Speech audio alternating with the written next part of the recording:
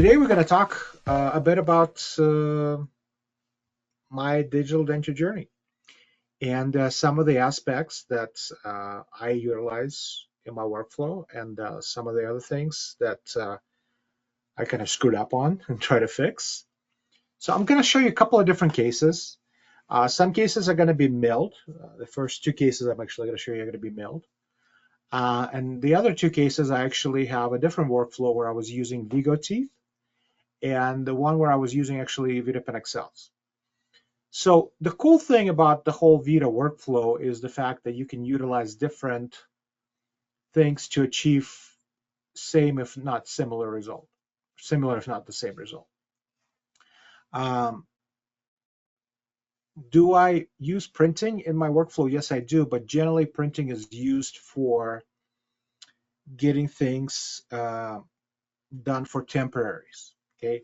I try not to utilize printed materials for my long-term restorations because I feel like those things are not there quite yet. Okay, so let's get started. And if you guys have questions, feel free to kind of write them in the question center. It's just for some reason today the GoToMeeting thing did not work the way that it was intended to.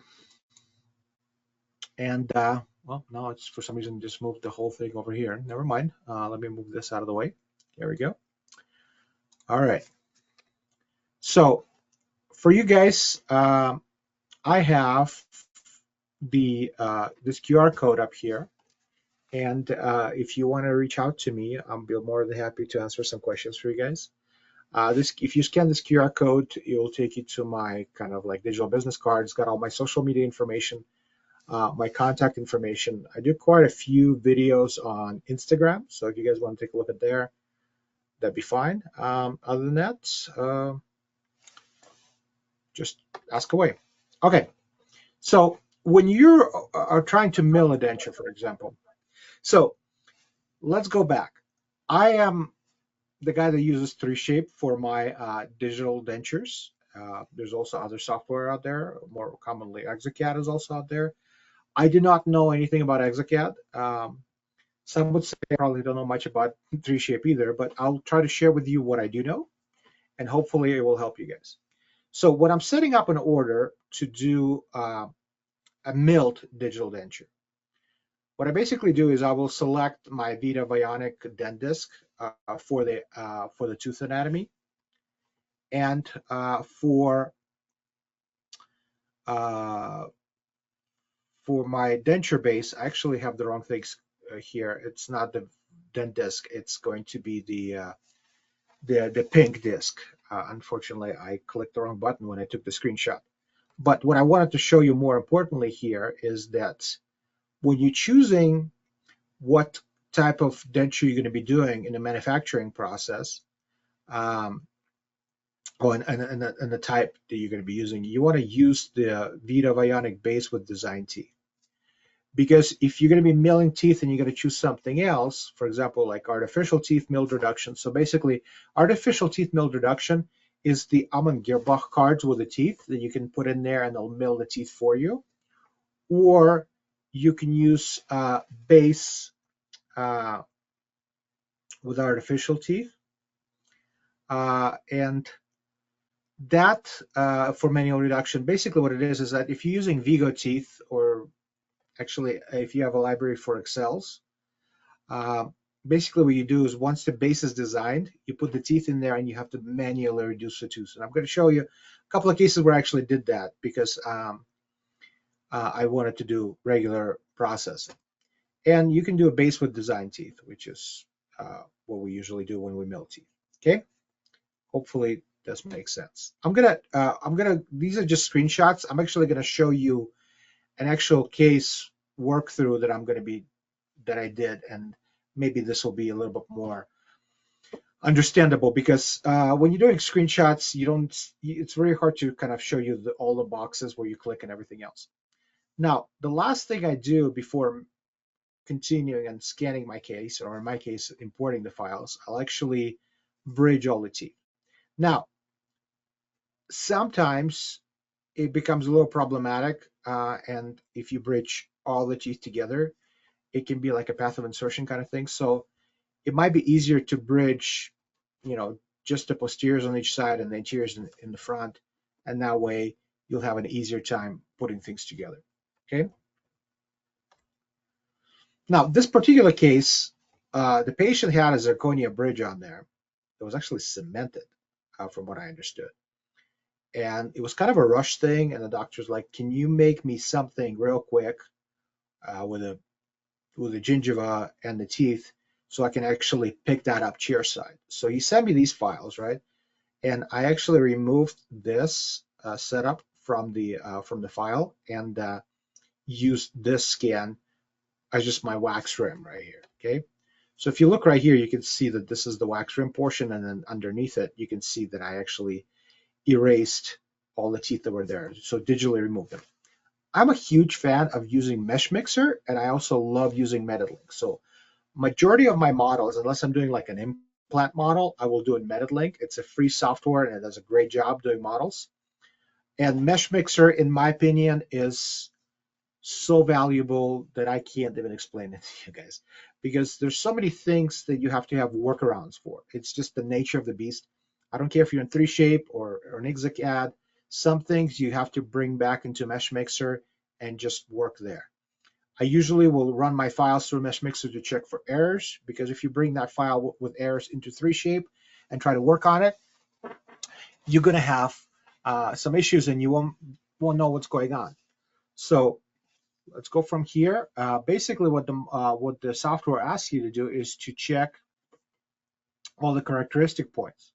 So I got my tuberosities marked, I got my incisive papilla marked, and I also have my canine points marked.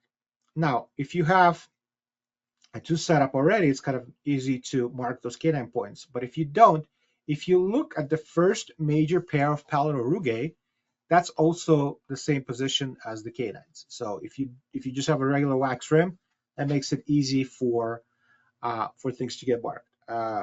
If I was doing upper and lower, there'd be different markings. So I would have to also mark all the lower landmarks as well. But in this case, since I was only doing the upper, I did it this way. Now you see that this only extends to the first premolar. And when we're going to be actually designing things, we're actually going to design it with the first molar. And the only reason we're doing that is just for ease of positioning for the doctor when he's going to be picking things up chairside. Because the more dentition you have, the easier it is to find the bite and the easier it is to pick up things. And I also will do a full palette just for positioning as well. So once it's positioned, we can get things done. Okay. Hopefully that makes sense, guys. So next thing I do, I just use the Vigo library. So the Vigo libraries are going to be the same for the milled as it is going to be for the individual teeth, just the way the teeth are designed. Now you have to choose different things, obviously. If I'm just going to choose regular Vigo library, regular VITA carded teeth, I can't bridge those teeth. And if I modify them, it's not going to do me any good, because these are carded teeth, right? And I'm not even sure you can actually modify those. But if you're using the dentist ones, you're going to be milling out a dentist, you can modify those teeth any which way you need, and that makes it a lot easier. And I'll explain to you guys a little bit more as we go along. Okay. So I've placed the teeth on there, and I line them up to the setup that I had previously. Okay. And I usually do 2 millimeters for the base thickness. Some of my friends will do like, if you talk to John Wilson, he does a 2.5 millimeter base thickness on the maxilla, and he does 3 millimeters on the mandible. I go with a 2 millimeter, both maxilla and mandible. Is just to each his own. You guys should just kind of adjust the settings where you think they're working for you, and just kind of go from there. Okay. Okay. So when I'm designing the gingiva, it just kind of presents this way, and I don't generally adjust a lot in this point. If I need to do adjustment on the gingiva, I will kind of do it later once it's been milled. But in this case, it's asking me to do connectors. Now connectors, I'll try to reduce facial and the center scale. If you can see right here. I wonder if I can use the drawing tool. Let's try the drawing tool. Draw.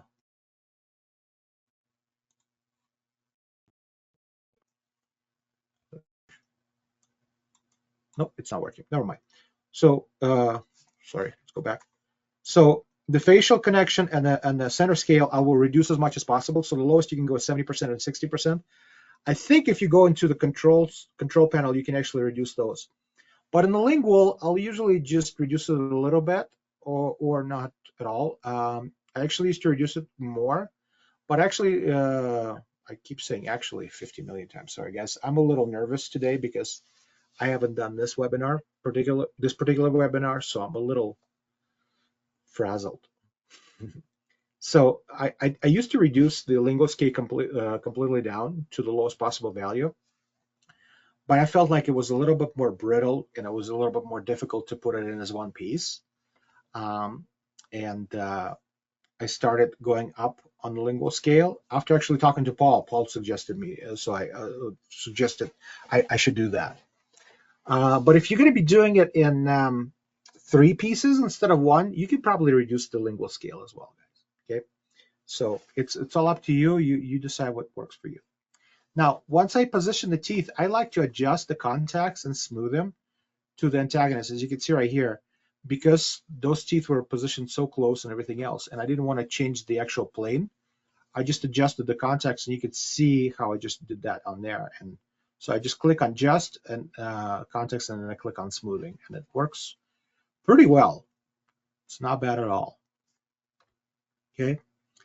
Now, when I was watching John Wilson's webinar on denture fabrication, what he basically does is he goes into this smoothing button right here. So if you click on this spray can, you can actually do smoothing, and you can smooth these areas, the connectors, because what he says is that that prevents a lot of errors. Sometimes when you're trying to put things together, or actually separate in this case, if you don't have things smooth on the connector part, you might get an error. And he does the same thing on the gingival portion as well. So if you can see right here, I kind of smooth things out. So I chose the can and the smoothing. These are the options that I used, and it worked out pretty well. Okay.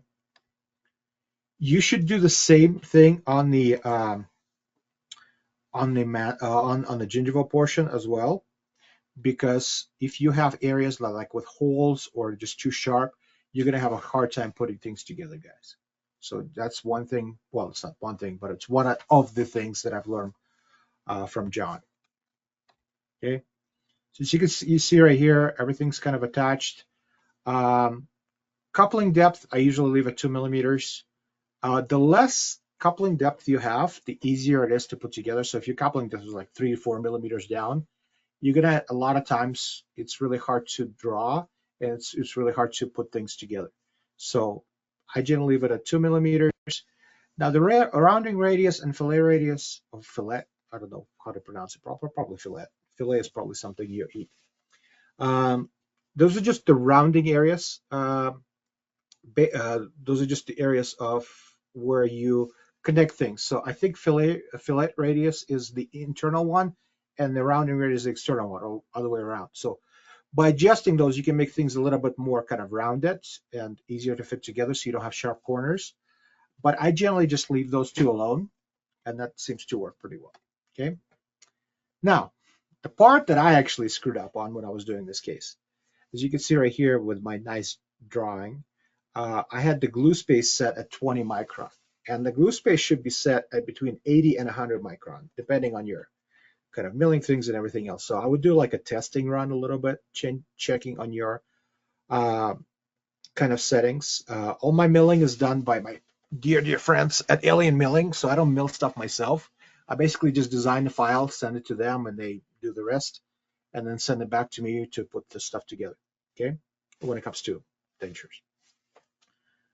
Okay, so I had him mill it and send it back to me. I had the dent disc here. This actually is not a VITA gingiva. I didn't have that one at the time, but it was at 20 micron, guys. And at 20 micron, as I was told, no machine can mill anything close to 20 microns. So these obviously weren't fitting very well. So I had to manually go in and adjust things. And the reason why I'm showing you guys this case is because we all screw up. I don't know a single technician out there that's just so perfect and every case is just ideal and everything else. So we screw up, and I love putting my screw ups in my lectures because I want to show you guys that it can be fixed. Because if you're going to mill it, I mean, these discs are not cheap, right? And to remill this whole thing would cost money. So what did I do here? I basically used the bond. Now, because I hand mill things, obviously they're not as exact to put together. And when you're using this bond, it has to be pretty exact because it's really, really thin stuff.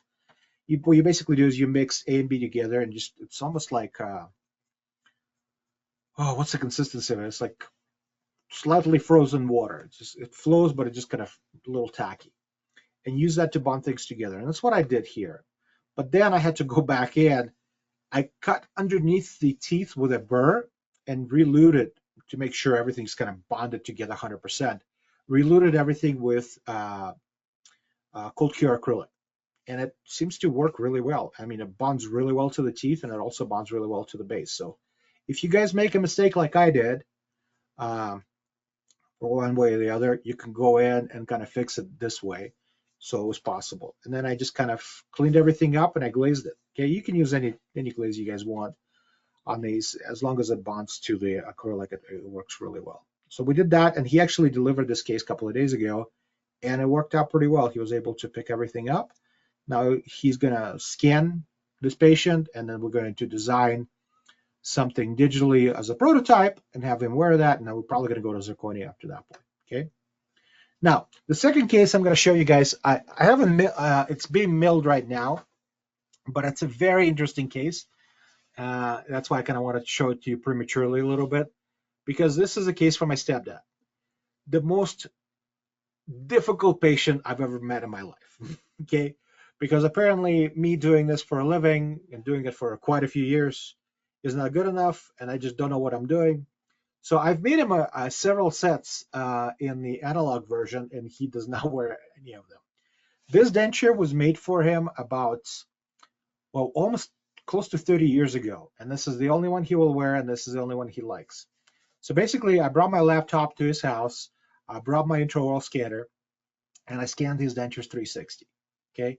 Because this is the only way he will do it. So I have to make like almost an exact replica of it. The only thing I'm going to change is the teeth, right? So basically, I scanned that in, brought that into Mesh Mixer. Now, I told you guys that I try to use Mesh Mixer and MetaLink to fabricate my model. So basically what I have to do is I have to invert this, and I'm going to show you guys, if we have time, I'm going to show you guys how I do it in real time. So basically what I do is I outline the top of the denture all the way around, like 360. I use a select tool, the brush is around 30, size 30, and I just kind of go close to the edge. The important part is to go as close to the posterior edge as you can, because it's going to extend down, and sometimes you'll get like an undercut and it doesn't create the model really well.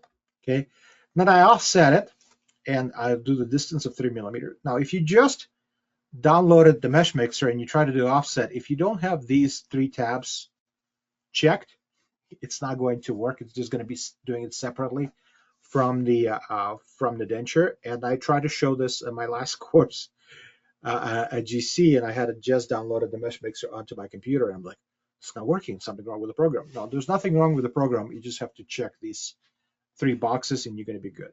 Okay. Now, some areas will kind of render not the greatest. So basically, what I'll do is I'll just kind of go in there, and I'll use the brushes. This is the robust smooth brush, and I'll just clean that up just to make sure I don't have any problems. Then I clean up this area as well. From there, I need to invert my scan, guys, and create a model. But I don't need all of the information. I just need this part. So basically what I do is I'll go in and I'll just select visible here. And then I'll go in, and when you select visible from one area, obviously it's not going to select everything you need, but I just go back in and just kind of clean that up right there, as you can see, with just a brush. And then what I do is I invert my selection. So from here, it goes to here, and then I basically just press delete and delete this portion right here, okay? So now we have just the portion we need to invert the actual file. So I do that, and it creates a model. Now it creates a model with a landing area. That's the important part, because if I just do a model without creating a landing area, it makes it very difficult to get the borders just right, because the borders are going to be cut off and your thicknesses are going to be different, okay? Now you could do it differently by taking the, sorry, my dog's barking because probably the UPS man is here, something like that. When you're scanning the denture, you can take rope wax and put it around the whole border, creating pretty much a boxing up technique. So when you scan it, you'll get that little area that will make it a lot easier to create that model. And I think I learned that part from Pam. Pam, she does quite a few denture videos on 3Shape. She works for Argan, or Argin, however you want to pronounce it. But this is the way I've kind of did it, because I didn't do the rope wax thing. So there's ways to do it differently, okay? Now, I'm sure you can do all of this in 3Shape. I'm just used to doing things a little bit differently, and that's why I kind of go through this particular workflow, okay? All right, so this is my model. I actually brought that into MetaLink, and it created the base for the model. Now, you don't really have to do that, but I wanted to maybe eventually print those models, so that's why I kind of created the base, okay? Now, this is the setup with the models in the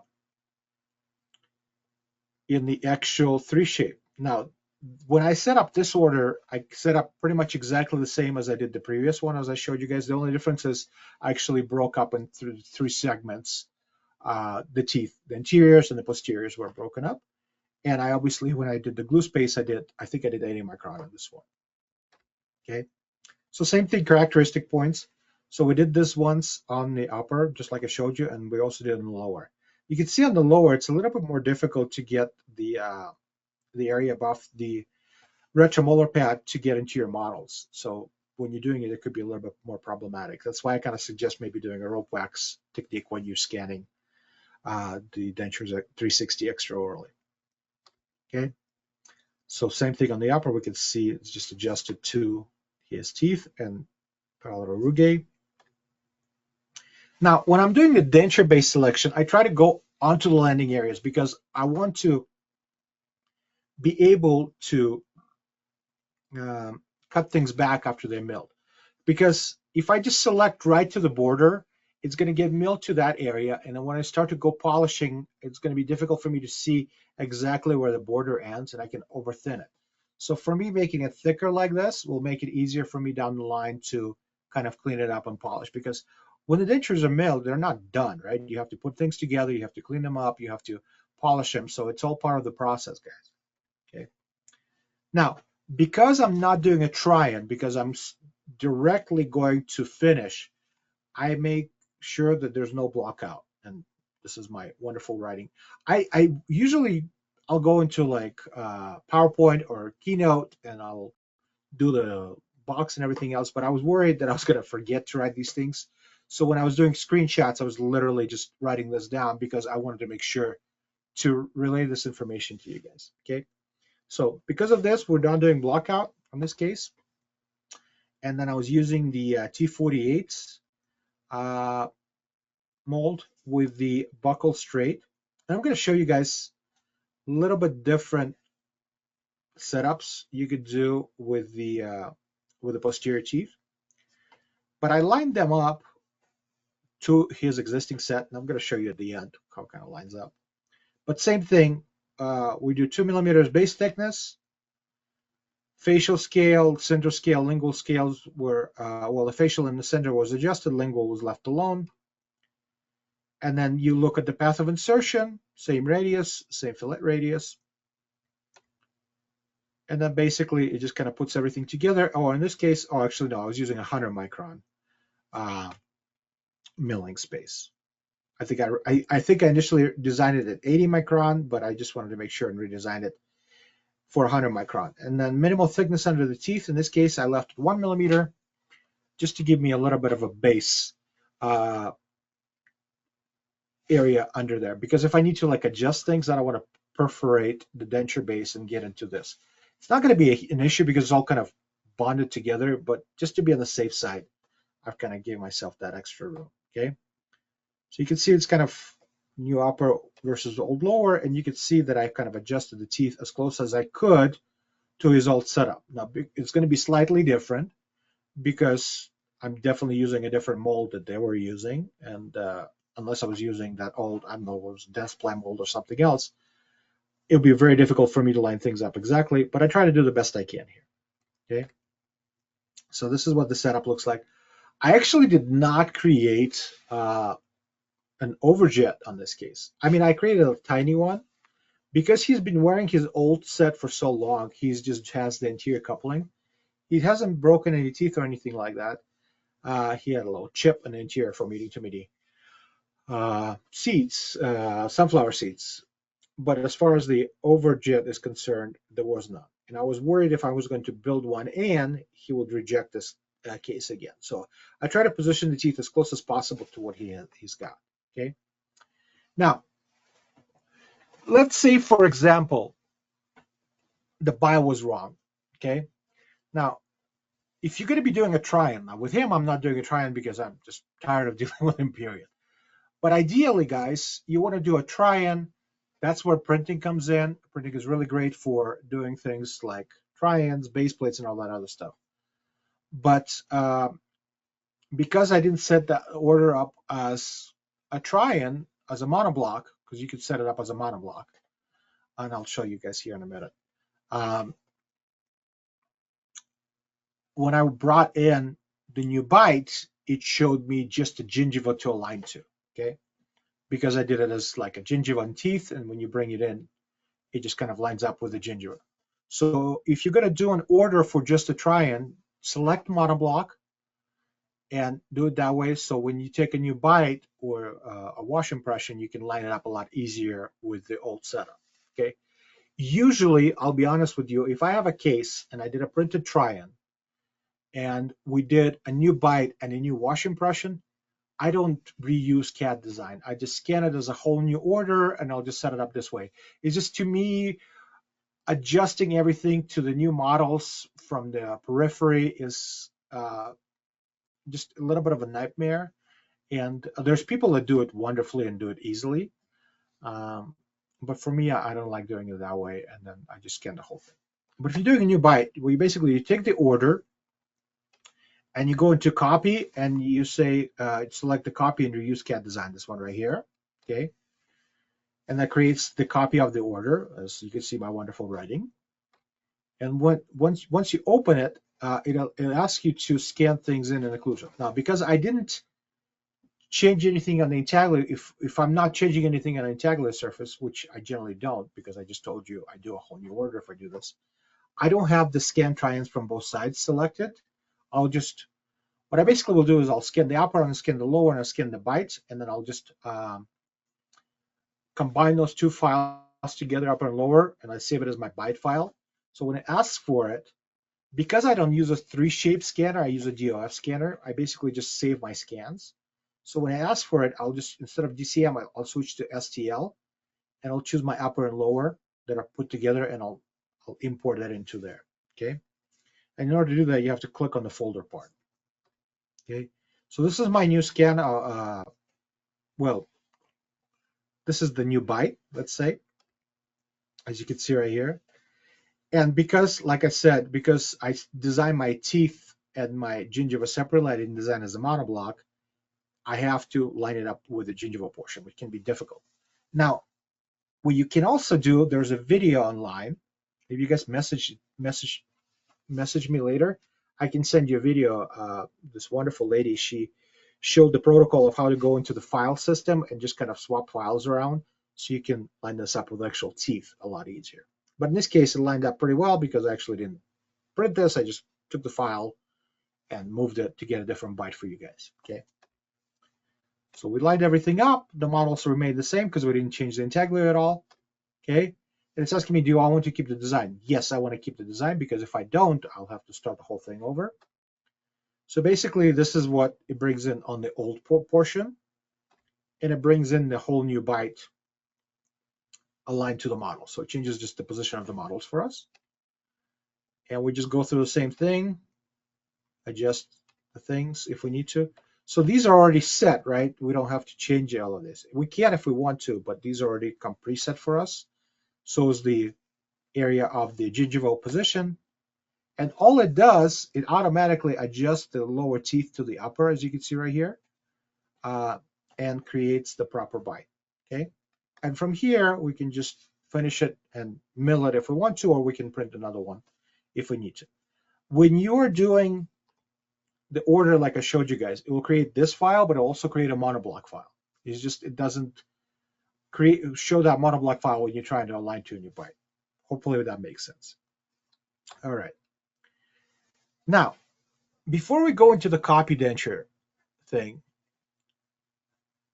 actually no, let's do this part, and I'll just switch computers and I'll show you guys the actual workflow on the 3Shape and everything else. Copy dentures are generally what we do for cases. Let's say, for example, we have this setup right here, and doctor's like, well, I want to use this setup in a printed so I can give it to him to wear for a while, and we're actually going to pick up some locators and stuff for it, but his bite is not 100%. We're not 100% sure on aesthetics. So do me a favor, just make a copy of this. So 3Shape allows you to do that. So basically, I just scan the Dentures 360 and I scan the bite and I save those files. And then I bring it into the order as a copy denture. So you can choose like monoblock, you can choose denture base milled, or you can choose copy denture option. And that's what I did here. So set the plane of occlusion, because if you don't set it correctly later on when you're actually trying to do the coupling mechanism, you might have some issues doing that, okay? Now, as you can see right here, I generally will do like 1 premolar and 2 molars, because when you do 2 premolars and 2 molars, it sometimes ends up being too long. But it doesn't, it wants you to select all the teeth, right? And I didn't know about the skip button right here. And I was like, how do I get, make sure I can skip a tooth? And then I talked to my friends and they're like, use the skip button right here. So that took me like 3 hours of my life. Okay. Now it asks you to select the teeth and segment them. Now, if you try to do this all in one piece, you will run into some issues usually. I mean, I have. So try to do it in segments. It works a little bit better, like in 3 segments. So you separate the teeth and separate the gingival coupling depth right here. As you can see, it's still at 2 millimeters. Now, is this as good as making a whole new thing with a carded library? No, because it's just a copy of things, so there's not as smooth. But it actually worked pretty well, I'll be honest with you. So you can see it's segmented, but a lot of times you will have to adjust the height because it will just perforate the base and it will work very well. So here we got the height adjusted. And obviously these areas will need to be cleaned up a little bit once it's all printed. But I printed it. Now, when you're printing things, if you're going to be doing like relines and everything else, you can put supports on the integular surface, no problem, because that area is going to be relined. In this case, that's what we ended up doing anyways, because we had to pick up some locators. So I printed the areas on the printed the supports on the integular surface. Okay, printed the teeth, and actually printed some models that I designed in MetaLink because I wanted to make sure to check the vertical and make sure it's kind of all lining up and everything else. Okay, so once I print things, I make sure I clean them properly. Now the denture base. Now these are rodent resins I'm using. So denture base can be cleaned in IPA alcohol, no problems. When you're doing with ceramic filled teeth, you have to use a specific type of cleaner, or if you're using IPA, there's a protocol you need to follow to do that. I prefer to use the Ceramco cleaner. I've been getting some really good results, but there's some other ones that work pretty well. Okay, once everything's been kind of printed and dried, we're ready to bond things together. Now, after we're ready to actually post-process cure. So this is where I say don't forget to do the math, because certain resins, if you over-cure them, I'm talking about denture teeth resins, if you over-cure them, you're going to have some pretty aggressive shade changes. So in my case, I'll kind of cure it halfway, and then when I do the the glazing and composite and everything else, that would kind of give me the full cure. Okay, so I use composite primer here, but you don't have to. And I actually use the glaze, the rodent glaze, to bond things together. So you can actually use glazes to bond teeth to the base, as long as it's a heavy viscosity glaze. So rodent glaze is pretty heavy viscosity, and also GC has an HV glaze that you could use, or you could just use the actual denture base resin to bond things together. The reason why I like to use the clear, because it just doesn't, if it runs over the teeth a little bit, it doesn't mess things up as much. Okay, so here's everything kind of bonded together. And then I use different glazes in different colors. I use the VITA accent, I use the optic glaze, I use the nano varnish to kind of pretty things up. And that was the final product that I sent to him, and he just wore it for a while, and then we went with the final denture. They didn't want to change the design at all. I actually changed the laterals a little bit because the setup wasn't very good. And then we processed the finals. Okay. And the cool thing is, when you do that, it just matches the mold you were using originally, so there's no changes there. All right. So the next case I actually did with Vigo teeth. Okay. And this patient, and I showed this case before to you guys, but because this is a digital denture thing, I'm going to show it to you guys again. So these are the immediates that this patient was wearing. They were made at different times. So that's why angulations are kind of off. You can see like really bad changes in angulations here. We did the upper one first, and then we did the lower. It was actually an emergency one, because I'll show you in a minute why the lower was an emergency. So this is what it looked like. There's some reminiscences of the soft liner on both maxilla and mandible, and then you can see it just kind of all askew in this stage right here. All right, so this is the reason why the lower was made as an emergency. She had these bladed implants placed in like early 2000s in Moldova, and it caused things to kind of screw up a little bit. Why am I not being able to forward my, there we go. It's so basically she got a massive infection on her mandible, and she started getting numbness from that infection. So she had to have emergency surgery to remove those bladed implants. We actually stopped doing bladed implants in the States, I think in the 70s. But for some reason they used to do them over there still. But we removed it, we quickly made a temporary immediate for her until she healed somewhat.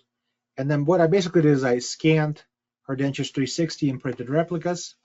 So when I tried to take impressions on her, I was like, why when I'm even border molding and things, that they're just not staying in very well. And then when I looked, I realized we didn't have, you see, we didn't have half of the posterior still there, because it was, we did a quick scan, we didn't get the retromolar pads.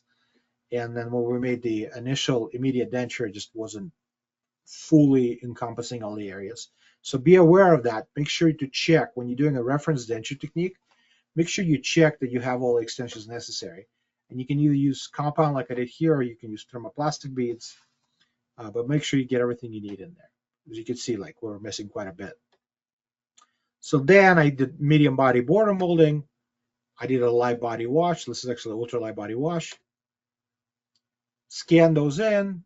Well, actually, no, I put up the models to those, mounted it, and then I scanned the models and I scanned the setup. So you can see upper and lower models, everything scanned. Now, when I set up the order was set up for Vigo individual teeth, and the base was set up as the printed milk base with denture teeth manual reduction. Okay, that's basically what I did.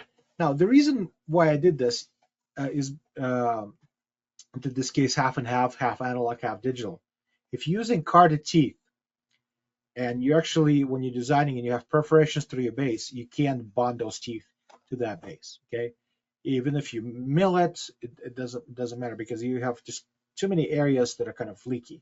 Okay, I guess technically you can kind of go in there, bond it, but I wouldn't do that. If you have perforations, I'd switch the order and actually mill the teeth, or you can actually reduce the teeth and have a nice monolithic area on the base.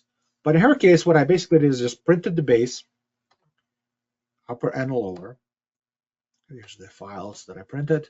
And then I attached the teeth to the base with wax and actually put a little bit of wax on the facial to create a little bit more anatomy. I've done that for two reasons, guys. Because first reason is because it was easier for me to do anatomy in wax, and the second reason because I was going to process this case traditionally because I wanted everything to be monolithic. If you have a little bit of a facial wax, it makes it a lot easier to remove the base plates from the flask. Okay, so this is the try-in, and this is the actual process. So these are the actual Vigo teeth, but the base is actually processed in the analog. Okay, so it worked out pretty well. She was really happy with it. And as you can see right here, all right, let's turn this. I was actually able to get not a huge amount of suction, but I was able to get a lower mandibular suction. Okay. Now, the way you do this is basically, I'm going to show you all the steps on this wonderful VITA models that are ideal and not an actual case. So basically, like I showed you guys before, you do the actual points, tuberosities, canine points, incisive papilla. In the older versions, this was the older version, you had to do the mucolabial fold. It doesn't ask for that anymore. It actually is able to detect it same way. And it used to ask for just the retromolar pad 1, retromolar pad 2. Now it's asking for the center point, the buccal point, and lingual point. It makes it easier for setup, but it no longer asks for the mucolabial fold. This was the older version of the things. Oh, actually, look right here that it actually asks for it. It's different. Okay, and same thing, I designed the base, upper and the lower. Now, if I'm doing a try-in, I want to block out the undercuts, as you can see right here. So I block out angle is 3 degrees. On the upper, guys, I'm going to go back. It will align the file kind of straight looking into it and block out those things. I try to rotate it a little bit just so it has a little bit less of an undercut to block out. Because if you're going to go straight up and down, it's going to have this huge block out and it's going to have issues when you go to do a try-in. It's going to be way too bulky. So I just rotate it slightly, select from view, and I block out a smaller undercut on the maxilla usually. On the mandible, I don't generally have that problem, so I just leave it as is. Okay. Here's a setup. We're using VITA Vigo T48s. Okay. And we're using 22 Ls and the buccal setup. Okay. Now I removed one premolar here because, if I would have left two premolars, it would have been too close to the retromolar pad area where it starts to lift up and it would have created an issue. Move the teeth. Now, it used to be that it would only give you like a curved setup right here, and I can't stand those curved ones. They just look ugly. Now you can change it to the straight ones. So this is the lower setup. Same thing, plain. You can check things in an articulator, make sure you get nice contacts everywhere. Because if the libraries are lined up pretty well, you usually get pretty good contacts.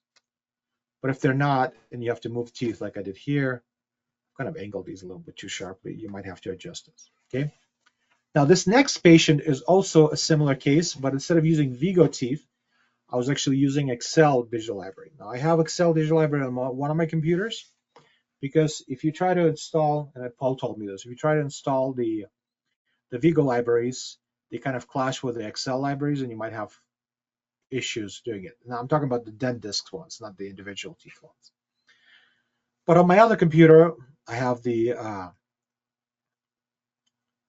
Excel library set up. And basically I did the same thing. So this patient has dentures are not staying in. His bite is good. He's not protrusive or anything else like this, but he's severely worn out and he's breaking teeth as well. So basically what I did, you can see the mandible is missing like a ton of information here. So same thing, scanned that in, made replicas right here, extended the palate because it was too short, checked the periphery. As you can see right here, it was too long here. Once the patients are wearing their dentures for a long time, guys, they end up with bone loss, but the dentures, the periphery stays the same. So when it extends, when the bone gets lost, the denture starts extending too far into periphery, and you have to adjust it. So I adjusted that before doing wash impressions. And then basically from there, I also did the same thing on the mandible. As I showed you guys, he was missing quite a bit on the mandible and vertebral pad area. Extended it, checked things, make sure I adjusted all the areas that were overextended. In this case, it was right here. And then I went with impressions. Okay, so you got my lower impression with medium body and extra light body. And you can see the difference between his original denture and the adjusted one. There's quite a huge difference in the amount of room. On the upper, I should have probably done a little wash impression here, but the retention was so great that these little bubbles didn't bother me. And I marked the retromolar, not the retromolar, but the posterior palatal seal area. It worked out pretty well, actually, in the end. So took little stick bites, poured up the models, mounted everything. I try to, like, if I'm not working from scans, if I'm trying to work from models, from reference dentures, I try to do traditional models. It just works better for me this way. Okay. And then I printed the bases. Now this was done with the Excel library. So basically what I did is I put the Excel teeth in there and I adjusted the integular surface with the basal surface of the tooth and luted everything with wax. You can see right here. And we did a try-in. Okay. Now, I could have done all of this manually, but for me, it worked out pretty well doing the setup digitally because it worked quickly. A lot of times, guys, when I'm setting teeth manually, it just takes a while, especially for somebody like me I never worked in a commercial lab. I started initially I started as a dental assistant many years ago in '96. And then I worked for a dental office that had an in-house lab. And I had a in-house technician. And I learned a little bit there. But then I started going back to school. I was going to school to become a dentist. I was getting my bachelor's in biology and all that stuff. And then I realized I don't want to be a dentist. So I actually started becoming a dental technician, as we do. We just do a little bit at a time. So because I didn't work in a commercial lab, I was working for the guy at the in-house lab. I kind of had all the time that I need to set up teeth and everything else. I didn't have to rush things. And because of this, setups, when I do them manually, take me forever. When I do them digitally, once I've learned the steps, they actually go quicker for me to do a setup digitally than I do an analog. But I'll be honest with you guys, it took a while to get to that point, okay? So we did a try-in, everything looks great. We flask it as normal. You can see right here, boil out and process, look great. So when I deliver cases, I always check for overextensions again, right? So for him, same thing. I put that in. So overextension here. So the frenum was a little too tight here. Little overextension here on the lingual that I adjusted. And also on the facial, you can see that I'm a little bit too bulky here. So I adjusted those areas as well, as you can see in this slide right here. And then I delivered it, okay? Now, let's switch to this screen right here. I'm actually done with the PowerPoint, so I'm going to switch to my laptop, if it ever turns on, and I'm going to show you guys what I do basically with my regular setups. Everything else. Come on, buddy, you can do it. There we go. There it is. There's my 3 shape. Excellent. So all I'm going to do is I'm going to move my keyboard out of the way. I'm going to put my laptop where my keyboard is. We're going to go from there. Dan Elfing is asking if I ever have distortion issues when heat processing to a printed base plate. I don't. One second.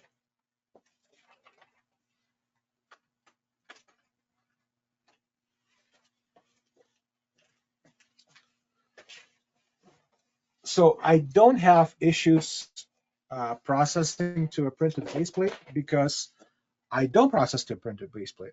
The printed base plate is only for try-in and for flasking. So once I've done that portion, once I flasked everything and boiled it out, the printed base plate, it gets thrown out, unless I'm not understanding the question correctly. Now, do I have distortions when heat processing, period? Until last week, I did not have any noticeable issues with my stuff. But what happened is that I ended up processing a hybrid. Usually hybrids are really nice and stable, but this particular one, and I'm going to be showing this case in Chicago, I think. if I finish it by then. This particular one is a patient with zygomatic implants, and we ended up with a really bulky acrylic base because of that. And when I was designing the bar, I made a little faux pas, and I didn't design the bar thick enough. Now I've designed it thick enough for all the regular steps when it comes to implant supported hybrids. The bar needs to be 3 to 5 millimeters tall, which it was. But what I didn't count for was the fact that there was a ton of acrylic around that bar. Okay, and because of all that, distortion and everything else, it actually kind of messed up that acrylic, and the case failed. Okay, there's a couple of things you could do to fix it. One of the things, you can actually cut through the acrylic to the bar in some of the areas, which will release the tension on the bar, and the bar should kind of snap back into place. And you can do a small repair. Somebody on Facebook suggested that. I tried that. It released it a little bit, but not enough. It was too distorted and just wasn't seating. So I'll make sure to redesign the bar. The guys at Alien are milling it right now for me. Once it gets done, I'll do a reset and we'll reprocess it. And the other thing is, I did a quick processing, like an hour and a half at 165, and then 30 minutes boil. And in this case, what I'm going to be redoing it, I'm going to make sure it goes like 9 hours at 165 and then 30 minutes boil, because I want to go low and slow, because I don't want to make any distortions. Okay. Hope it helps, Dan. Thanks. All right. So basically, the file that I designed, I'm going to show you guys a couple of things. This is my dad's case. And for some reason, post connection. Let's continue online here. Okay. Now,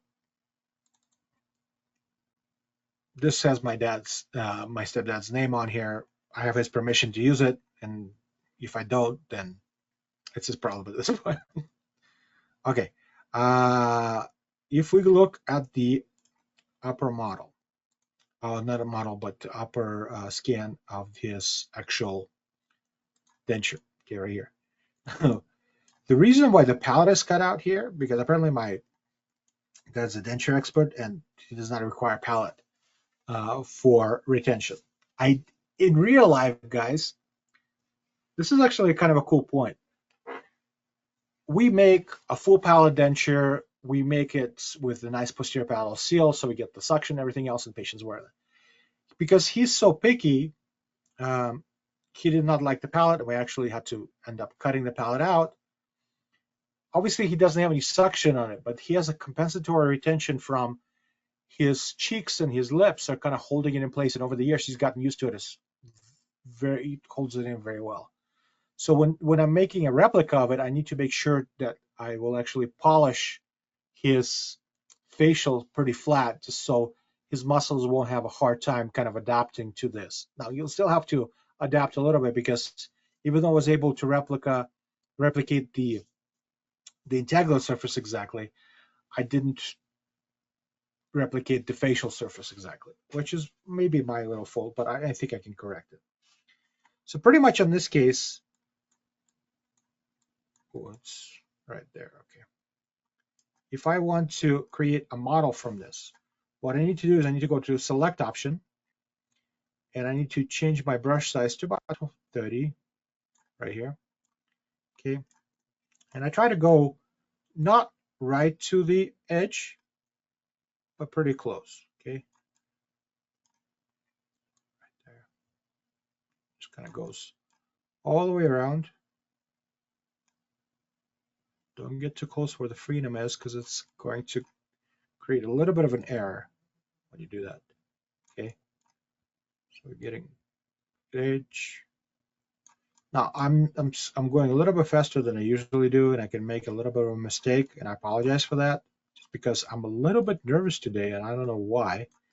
This is definitely not my first time lecturing, not my first time lecturing on a new webinar either. But today, I guess maybe it's because Dan Offering is watching, as always, and it makes me nervous because he's such an inspiration to me and a huge denture expert, in my opinion. So that's probably why I'm nervous. So we go all the way around, and when we get to the areas of the, where the tuberosities are, I try to get as close to the edge as I can. If I go a little bit too thick, what I can do is I can hold the shift button, and when I left click, it actually, come on, why is my shift button not working? Usually when I click my shift button, I will actually erase things, but for some reason it's not working today. What's going on with my, all right. We'll leave that as is. For some reason that's not wanting to work. Now when you edit, you can go, when you click on edit menu, you go into the offset part. Okay. It's throwing an error here because of this thing. Dang it. Why am I not able to erase things? Well, this is why I have the slides, because when you're trying to do things live, for some ungodly reason, things go in the wrong direction. So let's Control Z. Control Z is not working either. Is my keyboard working at all? My keyboard's not working. Okay, that makes sense. Why is my keyboard not working?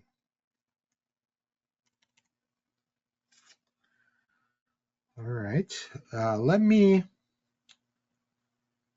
shut down the computer for a minute, because if my keyboard is not working, I can't really show you guys anything.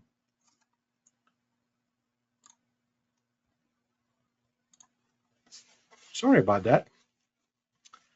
But if you guys have any questions, I can answer them while I'm restarting my computer.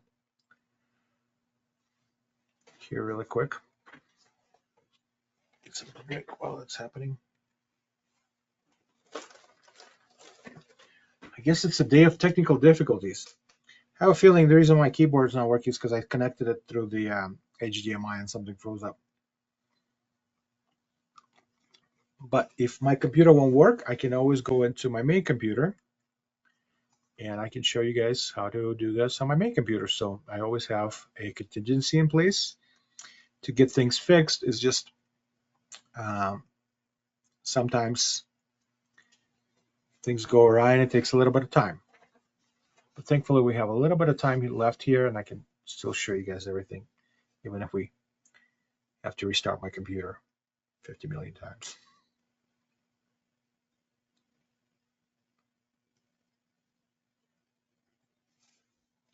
Come on, you can do it.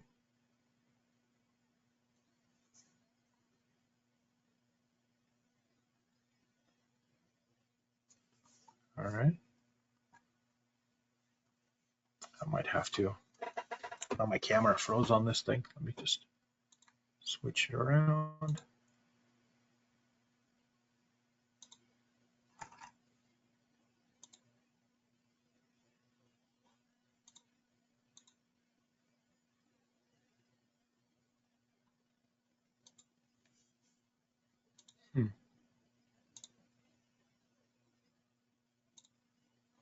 Let me disconnect this part.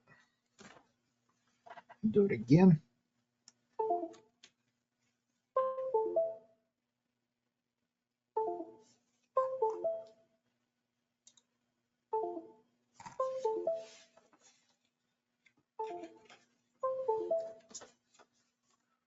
Boy, it does not like me today at all.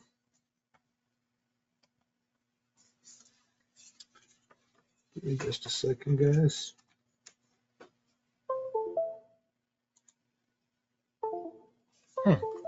Well, my laptop is not wanting to work. So what we're going to do is we're going to go into my main computer. Because for some reason, hold on. Let me try a different connector. It could be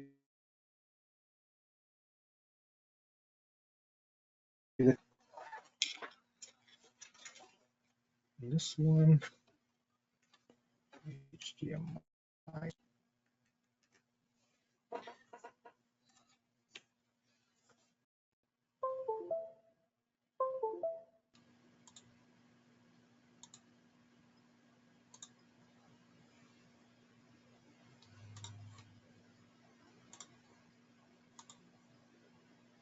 There we go. Okay, that was the connector. Okay, that's a lot better. Let's see if our keyboard actually works. It does. That's good.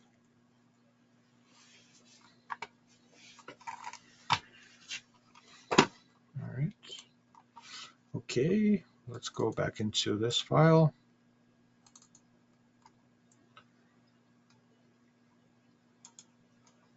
I'm going to open it. Excellent. All right, now let's go back into select. We're going to lower ours close to 30. We're going to select this area right here.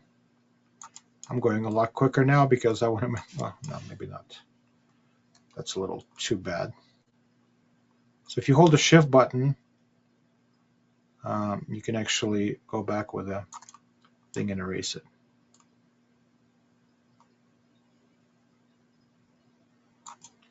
Sorry for going a little bit too quick, but we lost a little bit of time and I want to show you guys all the steps that I do to get things done.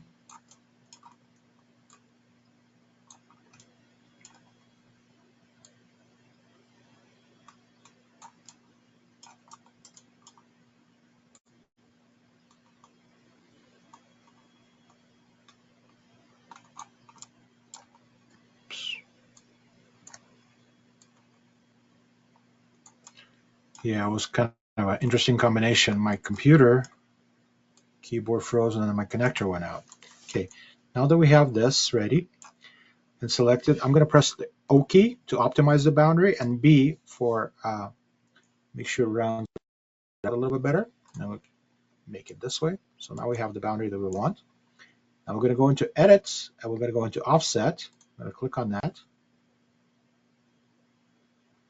And I have all these things selected. So I'm going to go into 3 millimeters here. And I was just solving it and creating that offset of the model, which works pretty awesome, guys. Honestly, it just goes a little slow, but it works really, really well. Okay. Okay. So now it's created that model with that nice offset, right? You can see it 360. Okay. I can click accept. We're going to clear selection. So now it's cleared. We got this little nice area here.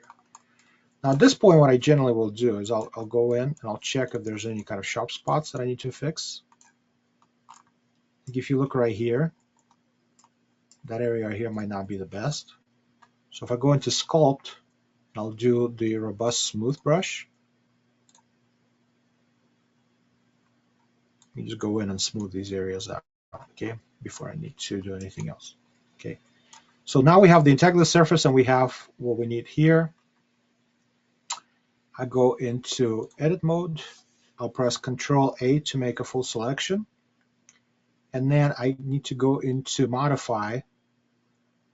Is it modify or edit again? Let me check, hold on. I thought it was modify. Why can't I see it? So select visible, sorry. I skipped that button. So click on select visible. And what it basically does, it just selects everything you can see. But now I have areas that are kind of been missed. So what I basically will do is I'll just increase my size of my brush a little bit. And I'll go back in and just clean those areas up, right? So I just have the selection that I actually need.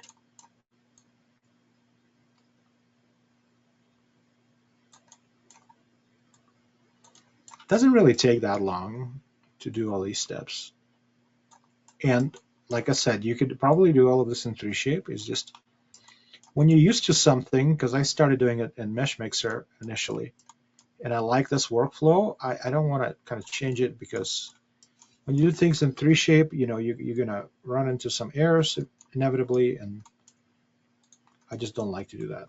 Okay, we got to select all these. Hopefully we don't miss anything, because if we do and we invert the selection, it will actually erase areas that we don't want. Right there is good. And now we got this area selected. So I'm pretty sure I got everything. Oh, no, I missed this one right there. So this looks good to me. So basically I click I on the keyboard at this point, and what it does, it just selects everything else. Now I could have initially just selected this part, but when you do select visible, I think it works better if you do it from the other side. But you guys can try it either way. Now I'm just going to click delete, then just erases all that part.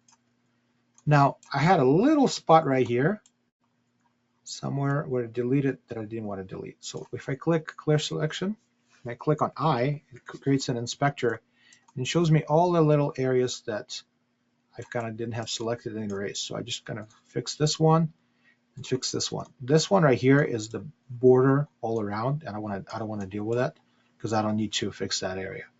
So just click done. So now I have things erased that I don't need, and I'm keeping the things that I do need. And from this point is I'll just click Control A, and I can actually go into modify, and I can modify or edit. No, it's into edit. Sorry, these two I always confuse them because they all have a ton of stuff. And you click flip normals. When you click flip normals, all of a sudden you have a model. Okay.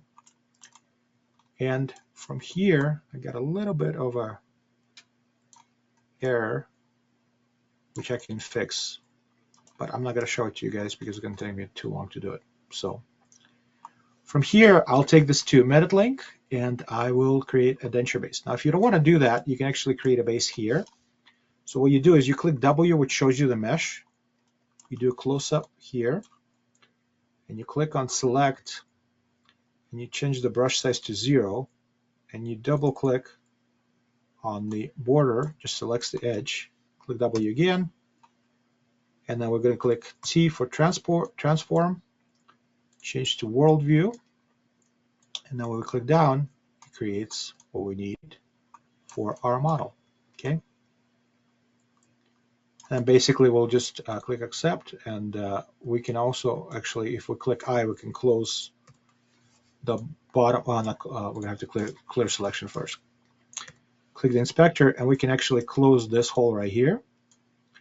But I am not going to do that because it will take forever and my computer might freeze. But you see, when you don't do the selection too close to the back, it can actually create areas like this that can be kind of faulty. So you have to go into sculpting, and you have to kind of brush things and clean that up a little bit, just so you can get things cleaned up.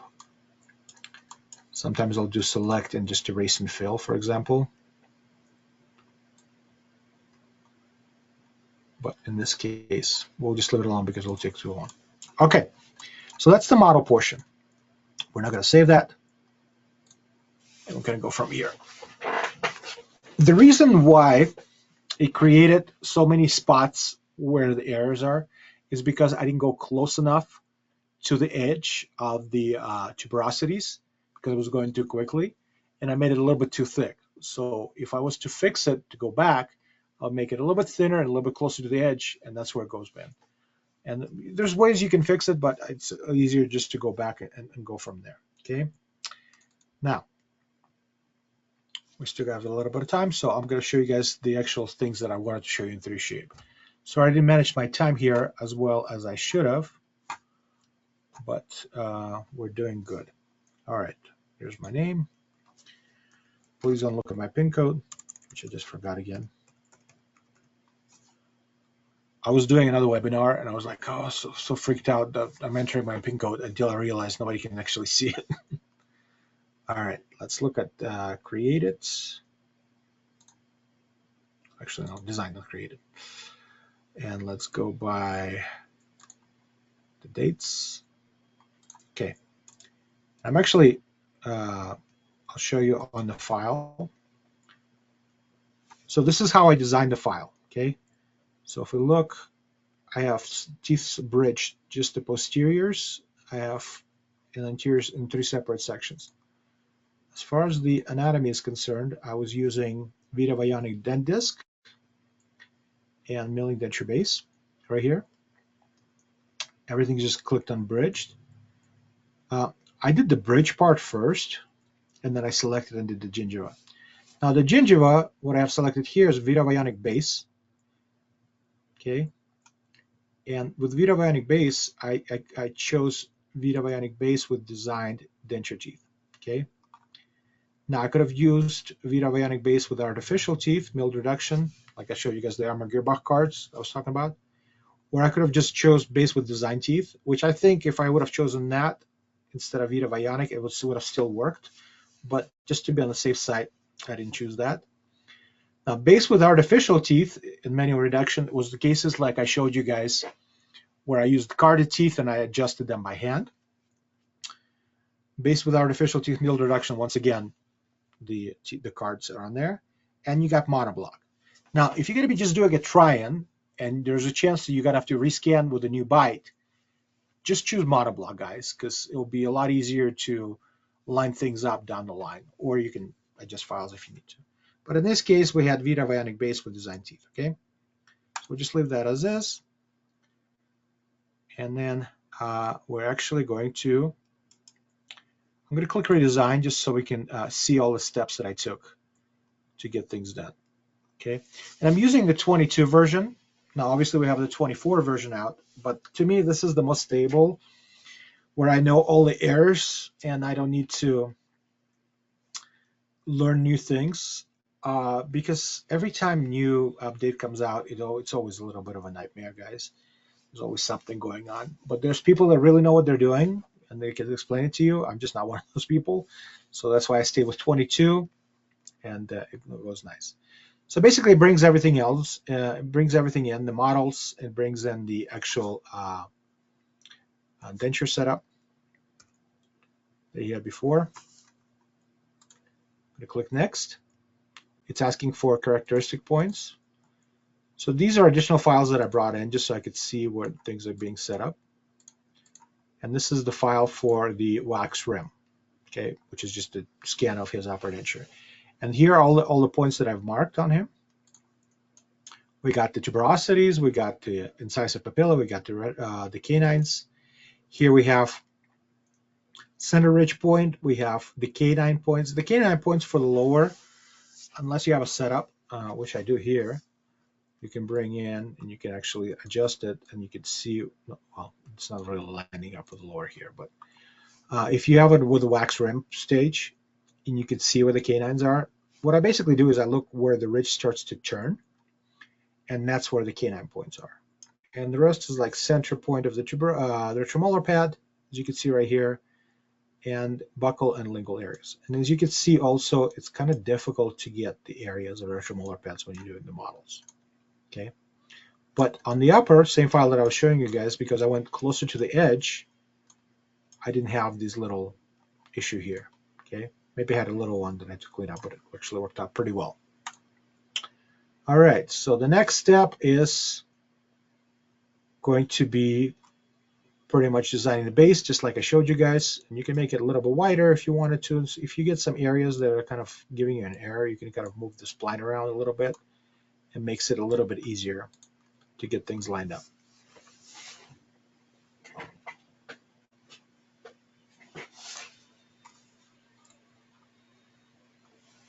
Now, obviously, 3Shape is kind of a massive software, so it might take a while for these things to process, and because these are massive files and everything else.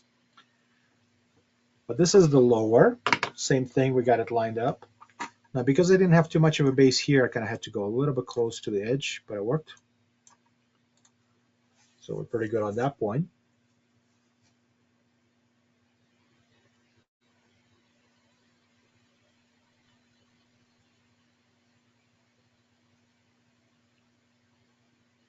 Man, this stuff takes forever. I mean, this is on the laptop, so it's a little bit slower, but this is a pretty good laptop. I mean, I got some really good components here. Now remember, I switched it to none because I'm not doing a try-in, and it's going to have all the undercuts built in there. Okay, so we can go to next. It shows up some errors along the line when you're trying to design stuff. And it'll tell you like the undercuts will need to be adjusted because the mill can't get in there. And just remember that when you're delivering the case, you might have to adjust those areas where the undercuts weren't milled out properly. But in this case, I'm using the VITA Bionic Vigo. Say that 10 times fast for my setup. It does this sometimes. It just brings the teeth in kind of crooked, and then it just once it finishes processing, it lines everything up, as you can see right here. Now the setup that I've chosen here, guys. Now I was using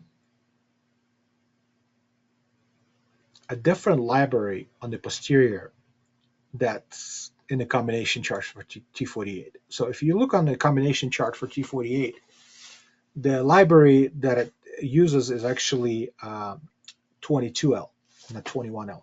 But because he had smaller teeth in there, I switched it down. So in order to do that, there's a tab, use single posterior library, because if you have the combination chart click, it'll always just bring up those.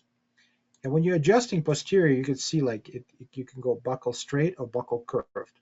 If you change to buccal curved, it will give you that setup where the posteriors are curved and really horrible. So I don't like to do that way. Okay. So this is what it looks like here, and I try to adjust it lining up with his wax rim. And it's actually why I brought in the files for the upper and lower dentures as well. So when I was adjusting the lower teeth, I could actually adjust it to his existing as well. Because when it's asking you to bring the wax rim, it's only asked for the upper, it doesn't ask for the lower. So to bring the lower, you can click on this additional scans, and you can bring all the scans that you need. Okay.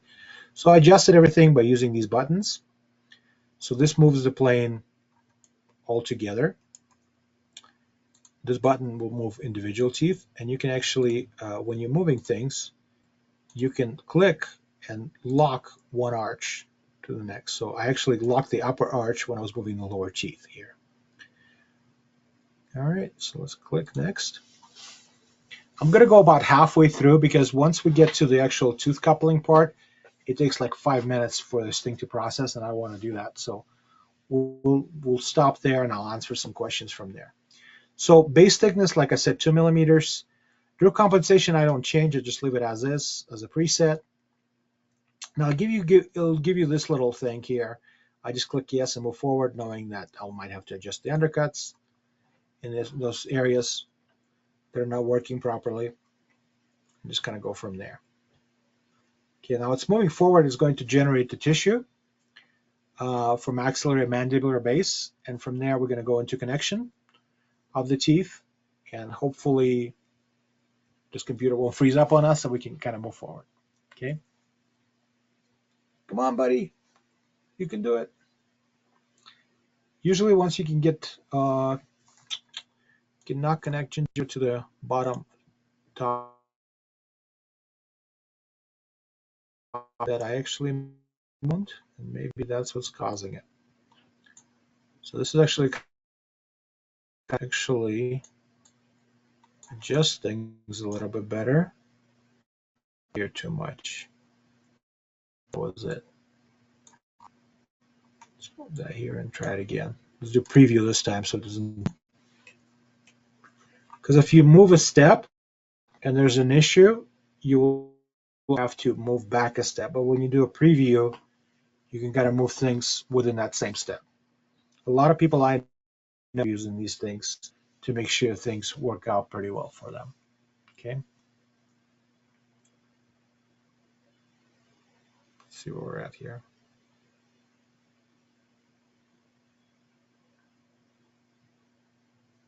So I think by moving that around back into the spots where it's not close to the edge and close to those triangles, it will actually render with no issues.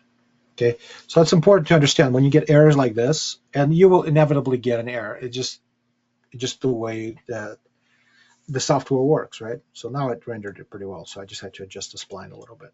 Okay, so we have the upper. I'm going to click next. I didn't move anything in the lower, so I'm just going to click, and hopefully this will render okay. Because I was showing you guys some things that I moved on the upper. Just by moving that a little bit, screwed up my whole thing, and I had to go back in and fix it. There's probably an area of the model where triangles are kind of not lining up properly, or they're overlapping, and it's causing the software to mess up. But from here, Same thing, 2 millimeters thickness. I don't change. I like the lower, same thickness as the upper. And we're going to go from there. Drill compensation remains the same. And I do my gingiva aesthetics, I usually do on 2. You can do it on 1 if you wanted to do less. Actually, in this case, what I probably should have done is do it on the first one because it's a lot flatter. But at this point, you can see that my connection types, if I take away the gingiva, you can probably see it a little bit better. But a facial scale, like I can't go any lower than that. But in the lingual, I can actually go, what's the lowest I can go? Probably 70. Yeah, 70 probably be the lowest. But let's leave it at 90 just so I don't get an error anywhere. Then go from here. Now, why is it coming up 3 different times? Because I have it segmented in 3 different areas. If you had it segmented all in one, then it would have been just once. But I have to do it 3 times here. And here's the third one. Okay. From here, I can sculpt my teeth if I wanted to. And this is where I was telling you guys where John Wilson taught me that you can actually go in and use the smoothing tool and go in and just smooth these connections, just so you don't get any areas that are a little bit problematic.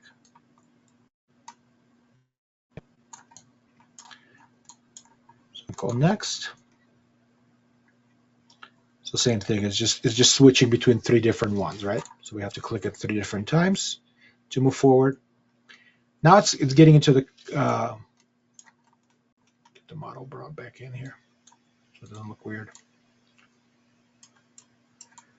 Morph settings, sculpt denture base. Now, in order to sculpt denture base, what you have to do basically is you remove it, and if you see any areas that are kind of overlapping on itself, you can go back into the smoothing tool again, and you can just kind of smooth things around a little bit. So it makes it easier to kind of separate the files together. When you click next, it's coupling depth 2 millimeters, radius fill, so we don't touch that at all. And now it's asking for the other 2, so it's going to take a little bit of time to get that in. Now, this will pop up very often. It just kind of shows that the ends of your set overlapping itself. I don't worry about it, because even if they are a little bit, you can just adjust it with a burr and it'll go back in. So I just click yes on this and move forward. Okay, and then go next. Okay, same thing. Now, at this point, this is where we're going to stop, because when you click next here, it's just going to go through a long time. But here, drill radius, I leave as 0.6 millimeters, so which is 600 micron. Leave the compensation on, and my glue space, in this case, I set to 100 microns. So anywhere between 80 and 100 should give you good results, guys, when you mill these cases. Okay, or when you're printing them actually as well.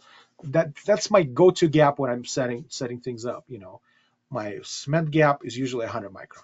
Now, some cases you can do higher. Like I was talking to John Wilson. I mention him a lot, but he's like a huge expert when it comes to 3 shape and milling and everything else.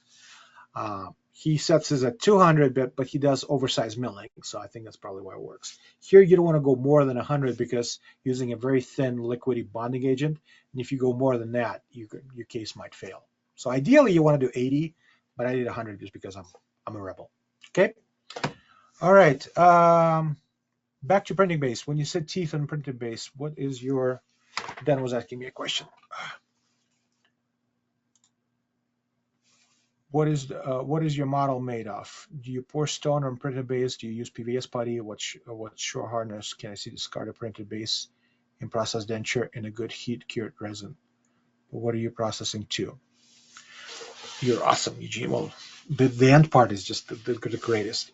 When I set teeth, generally, if I'm doing a reference denture technique, I'll make actual stone models, and I'll print bases to fit onto those stone models. That's why the undercuts are blocked out.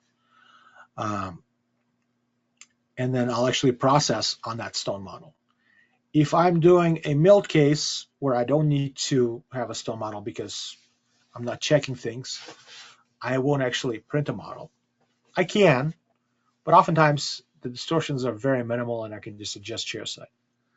When I'm printing temps, I showed you guys that I can print models as well. And the only time I do that is because the only reason I do that is because printing can cause distortions more than milling, obviously. And I want to make sure nothing got distorted and my bite lines up the same way. Okay. Now my vertical might be a little bit off, but at least if my bite lines up, I can adjust it. And those models I print out of, because those are just for verification. They're like my duplicate models, and my duplicate models don't have to be perfectly printed, just good enough for things to fit on them. And those models are usually printed out of Anycubic soy-based resin. I can give you guys a link if you want, if you message me. It's a pretty inexpensive resin. It's like $20 for a kilo of it. Now, if I'm printing a model for like a fitting an RPD framework, then I'll use a Rodin model resin because it's a lot more precise and things fit a lot better to it. So yeah, that's what I do. And you want to see, no, I don't use putty. I discarded printed base and processed denture in a good heat cure resin. Oh, I can see discarding printed denture. Okay, yeah. So I think I answered all the questions, Dan. If you have more, please feel free to ask. But I think at this point we're going to stop, and we're actually exactly at 11:30. So perfect timing. Thank you so much for watching, everybody. I think Paul's going to jump in here in a minute, if he Yeah, can. excellent. Yeah, give me one sec to switch the screens over here. And sorry, guys, if I kind of mumbled a little bit. I was a little bit kind of frazzled in a couple of spots, but I promise you, next time I'll do this, I'll be a little bit more in depth. Every time you try to do something live, and especially when you're dealing with like a computer software, especially the ones that take up a lot of RAM, yeah, that takes a while. Sorry. Thank you again, Eugene, for My pleasure. Thank all you of for the your opportunity. expertise. We appreciate it having you here. And I don't see any more questions. So, like I said, if you guys have questions, you're welcome to reach out to Eugene or us here at VITA, and we will make sure and get you guys an answer. So, thank you again, and we will look forward to seeing you next time. See you later, guys. Thank you. All right. Have a good afternoon.